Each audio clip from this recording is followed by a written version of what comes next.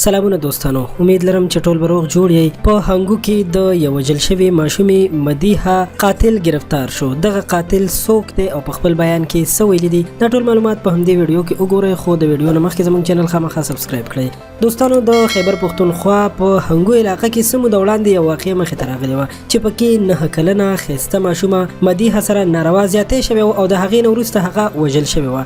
خو د تازه اطلاعاتو له مخې دا خبر مخې ته راغلی دی چې د هغه وژونکي یعنی قاتل شناخت شوی دی او د هغې نه وروسته هغه گرفتار شوی هم دی او پولیسو دغه ملزم چې الیاس نومیږي په خپله ولقه کې اخیستی دی او نیولی دی.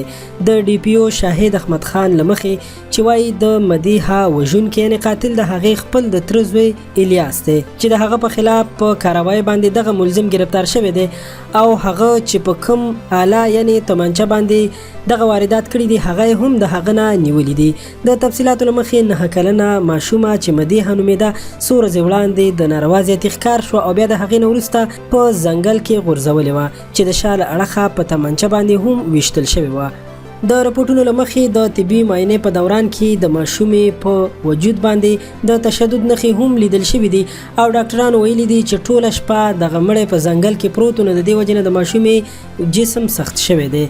د مدیحه د وژلو نه وروسته د آی جي خیبر پښتونخوا په حکمنامه کې ویل شوي وو چې پولیسو په تیزۍ سره د مجرم نیولو لپاره منډې تړلې شروع کړي دي او ډیر زر به مجرم گرفتار شي چې د هغې نه وروسته الیاس نومې دغه هلک ونیول شو چې هغه د خپل جرم اعتراف هم کړی دی او ویلي دي چې مدیحه یې د زیاتي نه وروسته وژلې ده.